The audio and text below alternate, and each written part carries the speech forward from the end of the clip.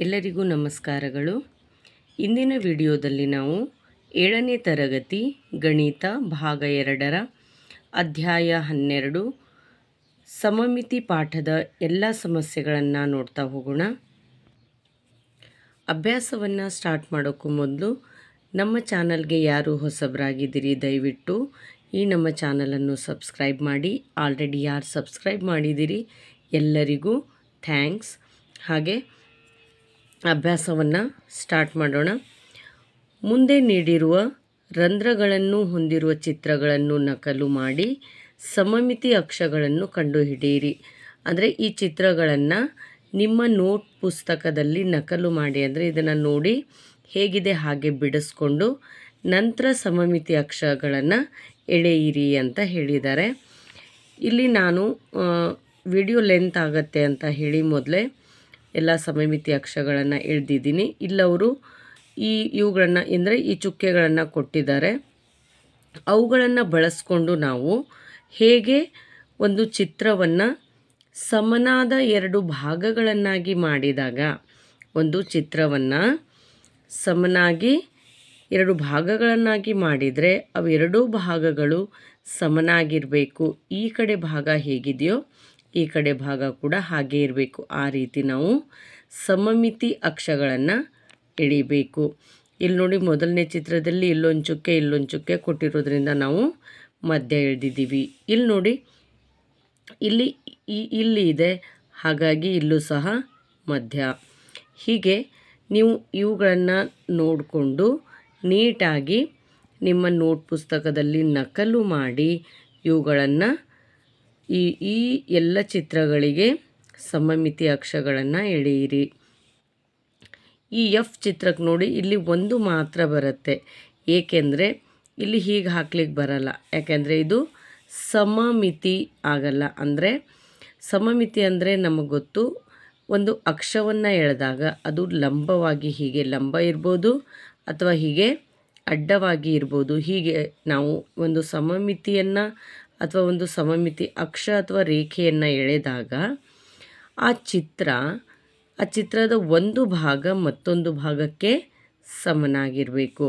ನಾವು ಈ ರೀತಿ ಹಾಕಿದರೆ ಈ ಮೇಲಿನ ಭಾಗ ಈ ಕೆಳಗಿನ ಭಾಗಕ್ಕೆ ಸಮನಾಗೋದಿಲ್ಲ. ಹಾಗಾಗಿ ಇಲ್ಲಿ ಲಂಬವಾಗಿ ಒಂದೇ ಅಕ್ಷವನ್ನು ಎಳೆದಿದ್ದೀವಿ. ಎರಡನೇ ಪ್ರಶ್ನೆ, ಸಮಮಿತಿ ರೇಖೆಯನ್ನು ಕೊಟ್ಟಿದೆ, ಇನ್ನೊಂದು ರಂಧ್ರವನ್ನು ಕಂಡುಹಿಡಿಯಿರಿ. ಅವರೇ ಸಮಮಿತಿ ರೇಖೆಯನ್ನು ಕೊಟ್ಟಿದ್ದಾರೆ, ನಾವು ಅದಕ್ಕೆ ಮತ್ತೊಂದು ರಂಧ್ರವನ್ನು ಅಥವಾ ಹೋಲ್ ಅಥವಾ ಒಂದು ಚುಕ್ಕೆಯನ್ನು ಇಡಬೇಕಾಗತ್ತೆ. ಇಲ್ಲಿ ನೋಡಿ, ರಂಧ್ರ ಇಲ್ಲೊಂದಿದೆ, ಇಲ್ಲೊಂದು ಕೊಡಬೇಕು. ಇಲ್ಲಿಗಿದ್ದರೆ ಇಲ್ಲಿ, ಮತ್ತು ಇಲ್ಲಿ ಕೊಡ್ಲಿಕ್ಕೆ ಬರಲ್ಲ, ಯಾಕೆಂದರೆ ಮೇಲಿನ ಭಾಗ ಕೆಳಗಿನ ಭಾಗಕ್ಕೆ ಸಮನಾಗೋದಿಲ್ಲ. ಹಾಗಾಗಿ ಈ ರೀತಿ ನೋಡಿ ಹಾಕಿ. ಇಲ್ಲಿ ನೋಡಿ, ಮೂರನೇ ಪ್ರಶ್ನೆ, ಮುಂದಿನ ಚಿತ್ರಗಳಲ್ಲಿ ದರ್ಪಣ ರೇಖೆ ಅಂದರೆ ಸಮಮಿತಿ ರೇಖೆಯನ್ನು ಬಿಂದುಗಳ ರೇಖೆಯಾಗಿ ನೀಡಿದೆ. ಬಿಂದುಗಳ ರೇಖೆಯ ಮೂಲಕ ಪ್ರತಿ ಚಿತ್ರದ ಪ್ರತಿಫಲನ ಚಿತ್ರವನ್ನು ಪೂರ್ಣಗೊಳಿಸಿ. ಅಂದರೆ ಈ ಕಡೆ ಅರ್ಧ ಭಾಗವನ್ನು ಕೊಟ್ಟಿದ್ದಾರೆ ಅವರು, ನಾವು ಅದರ ಪೂರ್ಣ ಭಾಗವನ್ನು, ಅಂದರೆ ಈ ಕಡೆ ನಾವು ದರ್ಪಣ ಮಿರರ್ ಕನ್ನಡಿಯನ್ನು ಹಿಡಿದಾಗ ಅದರ ಈ ಕಡೆಯ ಭಾಗ ಮೂಡುತ್ತೆ, ಆ ಭಾಗವನ್ನು ನಾವು ಈ ಕಡೆ ಚಿತ್ರಿಸಬೇಕು. ಹಾಗೆ ಪೂರ್ಣಗೊಳಿಸಿದ ಆಕೃತಿಯ ಹೆಸರನ್ನು ಸ್ಮರಿಸಬಲ್ಲಿರಾ. ನಾವು ಮೊದಲು ಎಲ್ಲ ಚಿತ್ರಗಳನ್ನು ಪೂರ್ಣ ಮಾಡ್ಕೊಂಬಿಡೋಣ, ಆನಂತರ ಅವುಗಳ ಒಂದೊಂದು ಹೆಸರನ್ನು ಬರಿತಾ ಹೋಗೋಣ. ಮೊದಲನೇ ಚಿತ್ರ ಯಾವುದು? ಇದು ಚೌಕ. ಎರಡನೇ ಚಿತ್ರ ತ್ರಿಭುಜ, 3 ಬಾಹುಗಳಿದ್ದಾವೆ, ಆದ್ದರಿಂದ ಇದು ತ್ರಿಭುಜ. ಇದು ವಜ್ರಾಕೃತಿ. ವೃತ್ತ, ಇಲ್ಲಿ ನೋಡಿ, ಇಲ್ಲೆಷ್ಟು ಬಾಹುಗಳಿದ್ದಾವೆ? 1 2 3 4 5, ಆದ್ದರಿಂದ ಪಂಚಭುಜಾಕೃತಿ. ಇದು 1 2 3 4 5 6 7 8. 8 ಅಂದರೆ ಅಷ್ಟ, ಆದ್ದರಿಂದ ಅಷ್ಟಭುಜಾಕೃತಿ. ನಾಲ್ಕನೇ ಪ್ರಶ್ನೆ, ಮುಂದಿನ ಚಿತ್ರಗಳಿಗೆ ಒಂದಕ್ಕಿಂತ ಹೆಚ್ಚು ಸಮಮಿತಿ ರೇಖೆಗಳಿವೆ, ಅಂತಹ ಚಿತ್ರಗಳಿಗೆ ಬಹುರೇಖಾ ಸಮಮಿತಿ ಚಿತ್ರಗಳು ಎನ್ನುವರು. ಬಹು ಅಂದರೆ ಜಾಸ್ತಿ, ಒಂದಕ್ಕಿಂತ ಜಾಸ್ತಿ ಸಮಮಿತಿಗಳಿವೆ. ಆಯತಕ್ಕೆ 1, 2, ಚೌಕಕ್ಕೆ 4. ಇದಕ್ಕೆ ಇಲ್ಲಿ ನೋಡಿ 1, 2, 3. ಈ ರೀತಿ ಬಹುರೇಖಾ ಅಂದರೆ ಒಂದಕ್ಕಿಂತ ಹೆಚ್ಚು ಸಮಮಿತಿ ಅಕ್ಷಗಳಿರೋದರಿಂದ ನಾವು ಇವುಗಳನ್ನು ಬಹುರೇಖಾ ಸಮಮಿತಿ ಚಿತ್ರಗಳು ಎಂದು ಕರೆಯುತ್ತೇವೆ. ಮುಂದಿನ ಚಿತ್ರದಲ್ಲಿ ಬಹುರೇಖಾ ಸಮಮಿತಿಗಳಿದ್ದರೆ ಗುರುತಿಸಿ ಅಂತ ಹೇಳಿದ್ದಾರೆ. ಇಲ್ಲಿ ನೋಡಿ, ಇಲ್ಲಿ ನಾನು ಹಾಕಿದ್ದೀನಿ 1, 2, 3. ಇಲ್ಲಿ 1 ಮಾತ್ರ, ಇಲ್ಲಿ 3, 2. ಇಲ್ಲಿ ನೋಡಿ 1, ಇಲ್ಲಿ 4 ಬರುತ್ತೆ. ಇದಕ್ಕೆ 1 ಮಾತ್ರ ಬರುತ್ತೆ. ಯಾಕೆ ಹೇಳಿ? ಇಲ್ಲಿ ಅಡ್ಡವಾಗಿ ಹಾಕಿದಾಗ ನಾವು ಈ ಮೇಲಿನ ಭಾಗ ಕೆಳಗಿನ ಭಾಗಕ್ಕೆ ಸಮನಾಗೋದಿಲ್ಲ. ಇಲ್ಲಿ 4, ಇಲ್ಲಿ ಸಹ 4. 5ನೇ ಪ್ರಶ್ನೆ, ಇಲ್ಲಿ ಕೊಟ್ಟಿರುವ ಚಿತ್ರವನ್ನು ನಕಲು ಮಾಡಿ ಇದನ್ನು ಯಾವುದಾದರೂ ಒಂದು ಕರ್ಣವನ್ನು ಸಮಮಿತಿ ರೇಖೆಯಾಗಿ ಪರಿಗಣಿಸಿ. ಕರ್ಣದುದ್ದಕ್ಕೂ ಸಮಮಿತಿ ಹೊಂದಿರುವಂತೆ ಇನ್ನಷ್ಟು ಚೌಕಗಳನ್ನು ಛಾಯೆಗೊಳಿಸಿ. ಇದನ್ನು ಮಾಡಲು ಒಂದಕ್ಕಿಂತ ಹೆಚ್ಚು ವಿಧಾನಗಳಿವೆಯೇ? 2 ಕರ್ಣಗಳ ಉದ್ದಕ್ಕೂ ಚಿತ್ರವು ಸಮಮಿತಿ ಹೊಂದಿರುತ್ತದೆಯೇ ಎಂದು ನೋಡೋಣ. ಮೊದಲು ನಾವು ಇಲ್ಲಿ ಕೊಟ್ಟಿರುವಂತಹ ಈ ಚೌಕಗಳಿಗೆ ಛಾಯೆಗೊಳಿಸೋಣ. ನೋಡಿ,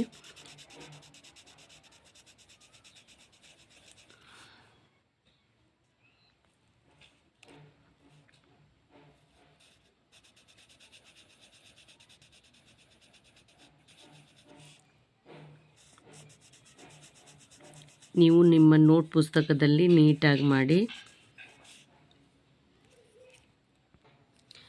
ಈ ರೀತಿ ನಾವು ಈ ಉಳಿದ 4 ಚೌಕಗಳನ್ನು ಛಾಯೆಗೊಳಿಸ್ಬೋದು.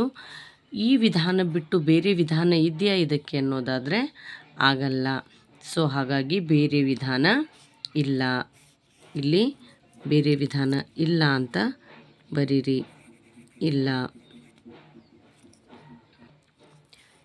ಮತ್ತು 2 ಕರ್ಣಗಳ ಉದ್ದಕ್ಕೂ ಚಿತ್ರವು ಸಮಮಿತಿಯನ್ನು ಹೊಂದಿರುತ್ತದೆಯೇ? ಹೌದು. ಇಲ್ಲಿ ನೋಡಿ, ಈ ಕರ್ಣಗಳನ್ನು ನಾವು ತಗೊಂಡಾಗ ಇಲ್ಲಿ ಸಮಮಿತಿ ಅಕ್ಷಗಳನ್ನು ಹೊಂದಿದೆ. 6ನೇ ಪ್ರಶ್ನೆ, ದರ್ಪಣ ರೇಖೆಗಳ ಉದ್ದಕ್ಕೂ ಸಮಮಿತಿ ಇರುವಂತೆ ಪ್ರತಿ ಚಿತ್ರವನ್ನು ನಕಲು ಮಾಡಿ ಪೂರ್ಣಗೊಳಿಸಿ. ಇದನ್ನು ಅವ್ರು ಹೇಗೆ ಕೊಟ್ಟಿದ್ದಾರಲ್ಲ ಹಾಗೆಯೇ ನಾವು ಇದನ್ನು ಪೂರ್ಣಗೊಳಿಸಬೇಕು.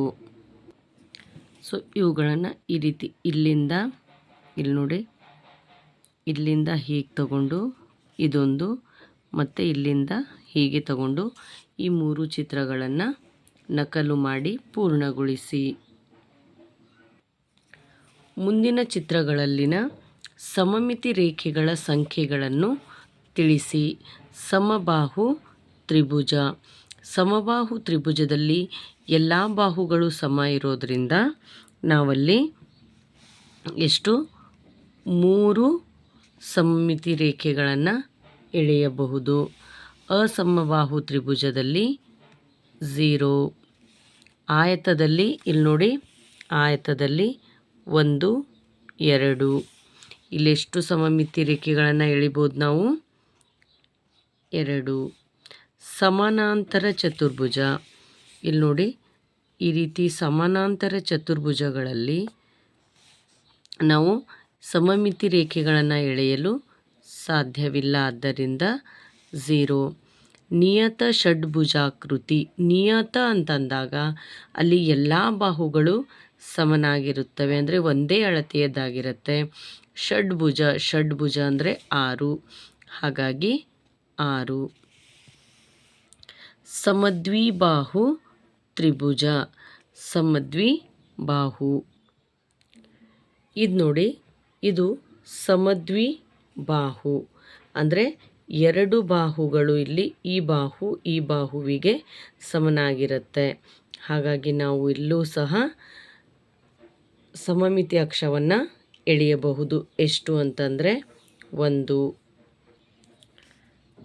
ಚೌಕ, ಚೌಕದಲ್ಲಿ ಎಷ್ಟು? ಇಲ್ಲಿ ನೋಡಿ, ಚೌಕದಲ್ಲಿ ಎಷ್ಟು?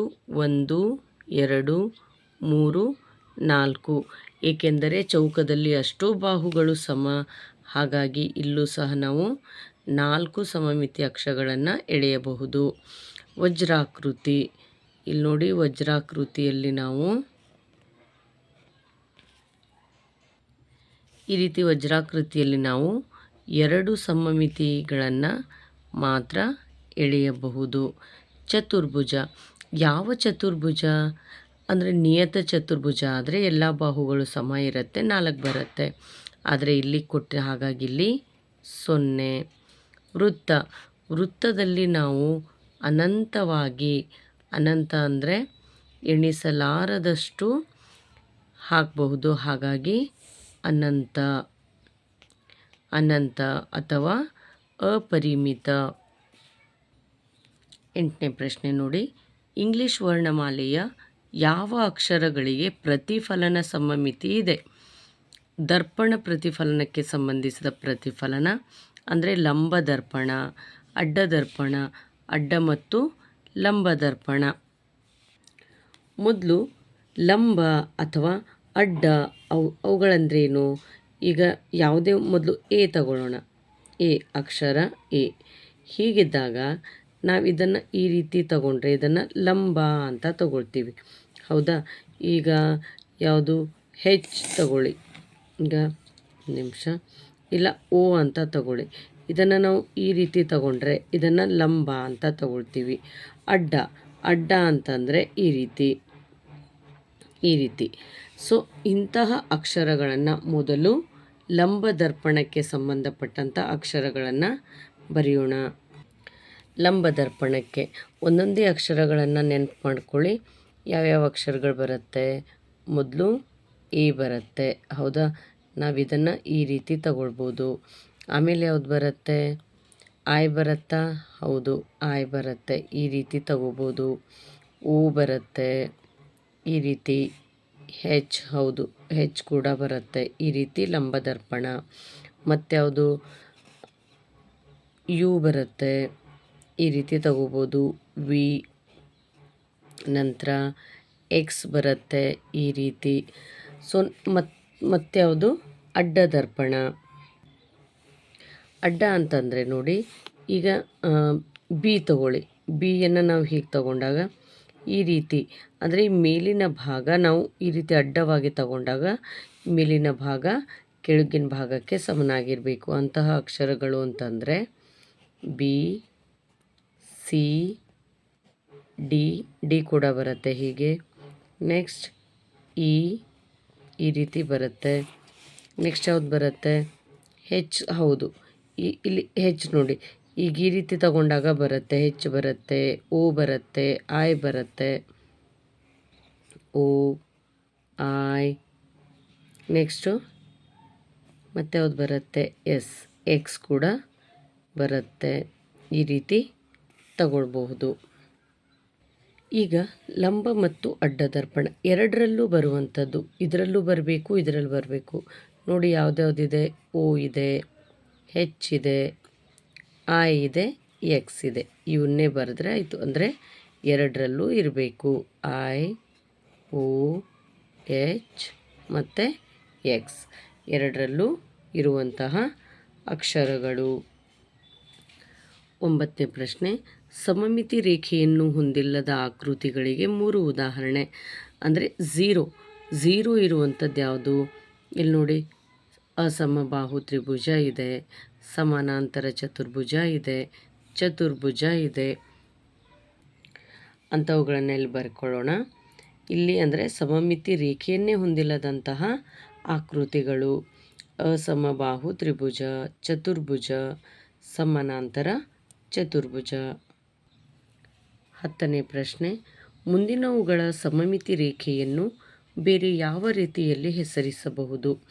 ಅಂದರೆ ಈಗ ಸಮದ್ವಿಬಾಹು ತ್ರಿಭುಜ ಮತ್ತು ವೃತ್ತವನ್ನು ತಗೊಂಡ್ರೆ ನಾವು ಈಗ ಸಮಮಿತಿ ರೇಖೆ ಬಿಟ್ಟು ಬೇರೆ ಯಾವ ಹೆಸರಿನಿಂದ ಅವುಗಳನ್ನು ನಾವು ಕರಿಬಹುದು ನೋಡೋಣ.